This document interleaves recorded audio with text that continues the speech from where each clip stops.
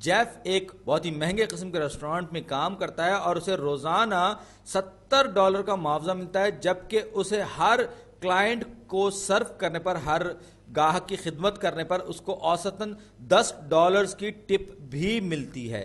اب ہم اگر یہ فرض کرتے ہیں کہ ایکس جو ہے وہ تعداد ہے، ان کلائنٹس کی تعداد ہے جن کو کہ جیف سرو کر رہا ہے، اور وائی جو ہے وہ جیف کی روزانہ کی سیلری ظاہر کرے، تو آپ دیکھیں کہ $70 تو اس کو تو ہر روز ملیں گے ہی ملیں گے، یعنی کہ اگر وہ ایک کسٹمر، ایک گاہک کو بھی نہ بھگتا ہے تب بھی اس کو $70 تو ملیں گے صرف ریسٹورانٹ میں پہنچ جانے کے۔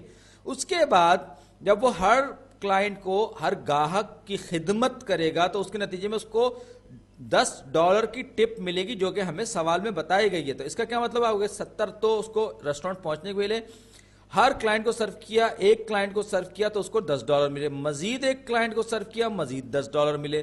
تو اس طرح سے جو اس کو جو ایکویشن بنے گی، یہ اسٹریٹ لائن بنے گی، وہ کچھ اس طرح کی ہوگی۔